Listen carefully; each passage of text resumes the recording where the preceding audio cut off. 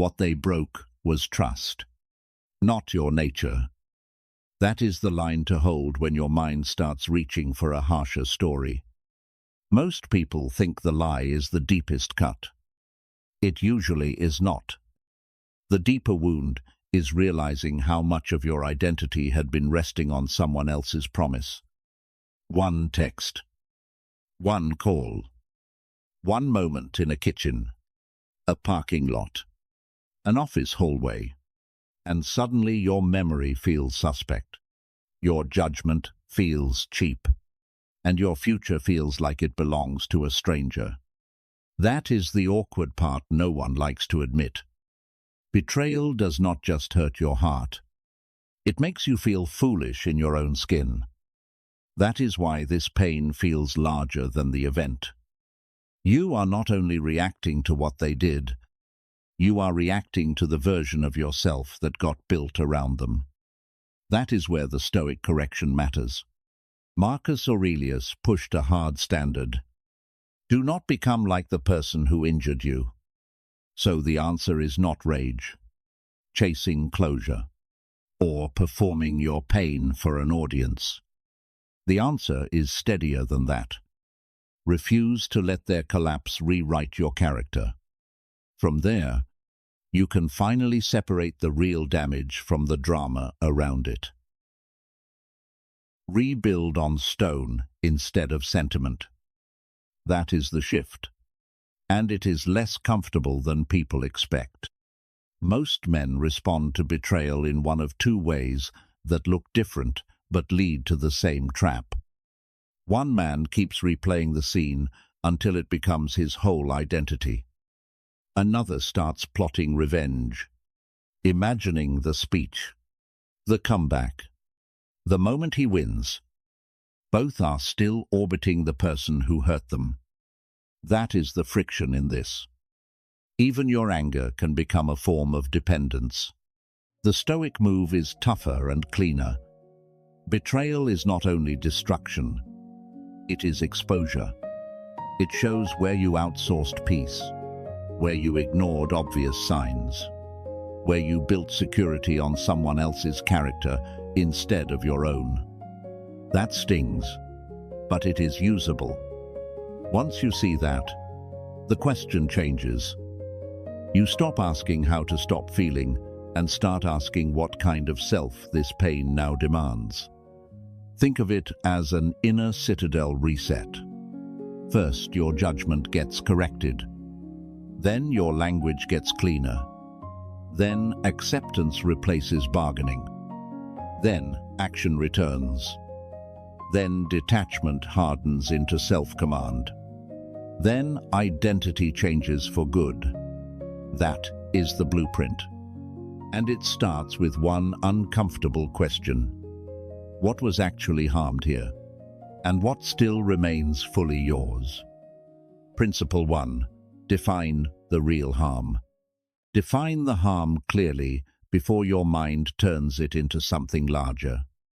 That sounds simple until you are alone with the message, the silence, the replay, and your chest starts tightening around a sentence you cannot unsay. You sit there and think they ruined everything. Then a harder question shows up. Did they ruin everything? Or did they reveal everything? That is not wordplay. It is a line that separates panic from judgment. You may have lost trust, money, time, status, maybe even a future you had already pictured in detail. That part is real. But the deeper fear is usually more intimate and more embarrassing. Did this actually damage me? Or did it damage what I believed about them? That distinction matters because it changes where recovery begins. The Stoics were severe about this.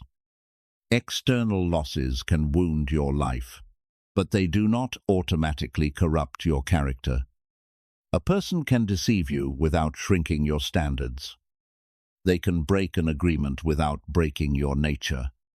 The real danger starts when their betrayal recruits you into self-abandonment, bitterness, or cowardice. That is the awkward part. Pain arrives first, but moral injury is often volunteered later. So write this down in plain language. They violated their standards. My job is to protect mine. Then ask 3 questions without drama. What exactly was lost? What remains fully mine? Which part is pain? And which part is interpretation, turning pain into identity? Score the answer honestly. Once you do that, you can stop speaking like a wounded narrator and start describing the event like a witness. Principle 2. Strip the story down to objective facts. Describe the event like a witness, not like a wounded narrator. That sounds cold at first, especially when your body still wants a more dramatic script. Picture the scene. You are at the gym, resting between sets, and someone asks what happened. The first version comes out fast. I got stabbed in the back. My whole life blew up. You can feel how satisfying that sounds for about 3 seconds. Then you try again. A person I trusted broke an agreement. The relationship is over. I have to make new plans. Same event. Different nervous system. One version floods you. The other gives you back a little room to think. This matters because betrayal grows larger in the mind when language turns it into myth. Disaster. Humiliation. I will never recover. Those lines do not just describe pain. They amplify it. Stoic discipline starts with objective representation. You say what happened without adding movie trailer language. That does not erase the hurt. It removes the extra poison your imagination keeps mixing in. You can test this in real life. After a breakup, neutral language stops one person's disloyalty from becoming "nobody can be trusted." At work, it stops one sabotage move from becoming "my whole career is over." Use a simple filter. Fact is what a camera could record. Story is what fear added after the fact. If you could not film the sentence, it probably belongs in the story column. And once you can name the facts cleanly, you are finally strong enough to face what is over without lying to yourself about what can still be built. Principle 3. Practice the relational Stockdale paradox. Accept and build. Those 2 moves have to live together, even though they pull in opposite directions at first. It is late. The room is dark. And your phone lights up your face again. Maybe they will explain. Maybe they will come back. Maybe the version you loved is still hidden somewhere behind the mess. That is the bargain the mind keeps offering when reality feels too sharp. Then the harder voice cuts through it. The trust is broken. Stop negotiating with a version of them that no longer exists. That lands awkwardly because part of you still wants a softer ending. This is the discipline. You face the brutal fact without sedation. The bond as you knew it is over. The structure you trusted is gone. Fantasy cannot repair what character already exposed. But the second half matters just as much. You do not slide from realism into despair. You hold a steadier belief that something stronger can still be built from this, even if you cannot see the full shape yet. A lot of men stay stuck here for months because they are not only grieving the event, they are grieving the hope that the old reality might still return. That is why this principle feels so severe. You are not burying a person. You are burying an illusion. Use one line to keep yourself honest. I will not lie about what ended, and I will not doubt what I can build. Then make it concrete. Keep 2 columns in a notebook. Brutal facts I accept today. Future assets I am building now. 1 accepted fact. 1 forward move. And once that ratio becomes real, all the energy you wasted bargaining with the past can finally be turned into fuel. Principle 4. Convert suffering. Pain into power sounds clean when you say it fast. In real life, it usually starts ugly. You wake up angry again. Chest tight. Jaw locked. Mind racing before your feet even hit the floor. The old pattern is familiar. You reach for the phone. Replay the scene. Scroll for clues. Imagine them losing. Imagine yourself finally winning. It feels active, but it is still dependence. The better move starts with a rougher question. Good. There is energy here. Where does it go? That shift matters because pain is raw energy. If you leave it shapeless, it turns inward and starts wrecking your confidence, your sleep, your focus, your standards. If you give it direction, it becomes momentum. Stoicism does not ask you to enjoy suffering. It asks you not to waste it. So stop asking why this happened to me and ask what this now requires from me. Maybe restraint. Maybe self-respect. Maybe clarity. Maybe the courage to build a life that no longer needs their approval. This is also where the phrase success is, revenge needs a correction. The goal is not to perform for their attention. The goal is alchemy. In business, that might mean using the sting of deception to become sharper, harder to manipulate, harder to outwork.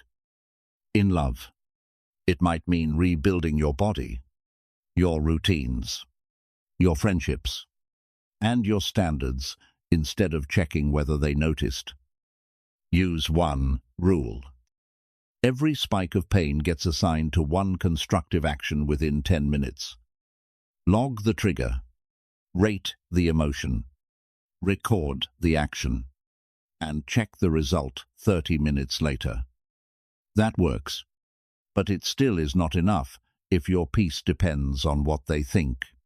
Principle 5. Reclaim Stoic detachment. My peace is not available for outsourcing. That has to become more than a good sentence. It has to become a boundary your mind actually obeys. You hear they are talking about you. A mutual friend leans in and says, "You know what they said." Right. The old self bites immediately. What now? What did they say? Who else knows? The rebuilt self pauses for half a beat and asks a better question. Why am I renting space in my mind to someone who has already shown they cannot govern themselves? That moment feels awkward at first because drama offers the illusion of control. It makes you feel involved when you are really just being pulled around. Detachment is not numbness. It is not pretending you do not care. It is refusing to let another person's behavior set the temperature of your inner life. Their opinion is outside your control. Their loyalty is outside your control. Their version of the story is outside your control. Peace starts returning when you stop trying to manage minds you do not own and start governing the one you do. This is the inner citadel. Your emotional state is too expensive to be handed to the least disciplined person in the story. At work, this means you stop checking whether the saboteur finally understands what they did. After a breakup, it means you stop measuring recovery by whether they miss you. Keep score at night. Did I check on them? Did I ask for updates? Did I rehearse imaginary conversations? Did I let their possible opinion change my behavior? Lower that number week by week. and the final move becomes obvious. Cut off the road, back to the dependent self. Principle 6. Burn the ships back to your old self. No road back. That is the standard here, and it gets tested most when the room is quiet and nobody else is watching. It is midnight. Your thumb hovers over the old photos, the old chat, the old profile, the old number. You tell yourself it is harmless. Just one look, just one memory, just one last check. But that is not nostalgia. That is an escape hatch back to dependence. The awkward part is how reasonable it can sound in the moment. You call it closure. You call it curiosity. What it really is, most of the time, is a ritual that keeps the wound emotionally active. Real recovery is not finished until the version of you that relied on them for safety, status, or structure is retired. Betrayal often reveals how much of your stability was borrowed. Burning the ships means removing the infrastructure that keeps that old identity alive. Not because you are trying to look tough, because you are done leaving an unlocked door for weakness to walk back through. So get concrete. Delete what reopens the loop. Remove symbolic objects that pull you backward. Replace empty time with routines that belong to the next version of you. Write down 3 standards for future trust. Then write 1 page on who you refuse to be again. That is how the break becomes real. The old self does not get visiting rights in the new chapter. And once that door is closed for good, you are ready for the objection people always raise when they confuse stoic recovery with emotional shutdown. People hear no road back and assume the goal is to feel nothing. That is the mistake, and it sounds smarter than it is. Stoicism after betrayal is not emotional shutdown. It is not pretending you are fine while your body is clearly keeping score. Real Stoicism does not ask you to deny pain. It asks you to stop kneeling to it. You can grieve, rage, feel embarrassed, and still refuse to let those feelings run the chain of command. That is the friction most people resist. Feeling something intensely does not mean you owe it obedience. A lot of men here detach and translate it as go cold. That only turns betrayal into unprocessed poison with better posture. The harder path is more honest. Feel it. Name it cleanly. Act on principle anyway. Refuse to answer their betrayal by betraying yourself. The deeper damage was not the betrayal itself. It was how long the aftermath kept deciding the day. You could see it in small places. A workout cut short. A missed block of work. That reflex to check for closure before doing anything useful. That is the part people rarely say out loud because it feels a little humiliating. Example. The shift starts on an ordinary morning when the phone stays face down and the schedule finally stops negotiating with the past. Recovery begins there. No road back means the challenge has to be concrete. Otherwise, it stays motivational for one afternoon and collapses by Tuesday. Run a simple 7-day reset. On day 1, write what happened in plain, objective language, with no drama added. On day 2, split the page in half. What was lost on one side? What still remains yours on the other? Day 3 is the awkward one. Write the brutal fact you keep avoiding. Day 4. Every spike of pain gets turned into one useful action. Day 5. Do a full detachment audit with no checking, no asking, no rehearsing. Day 6. Remove one object, app, thread, or ritual that keeps the old story alive. Day 7. Finish the sentence, because this happened. I no longer. Track 4 things each day. What triggered you? How you responded? Whether you protected your standards? What you built anyway? Then watch one number. How often did you feed the wound? And how often did you build the self? The goal is not perfect recovery. The goal is to make the second number rise. No road back means you stop asking the wound to define you. That is where this lands. Betrayal is a brutal teacher, but it can also be a purifier. It strips away illusion, dependence, and the borrowed identity you did not realize you were living from. What remains can be stronger than what came before, but only if you stop waiting for their regret to heal you. That part is uncomfortable. A lot of people would rather be vindicated than rebuilt. The best revenge is not their remorse. It is your reconstruction, harder to shake, clearer in judgment, less available for self-abandonment. They revealed themselves. Now rebuild yourself. Comment, no road back if you are done negotiating with the past.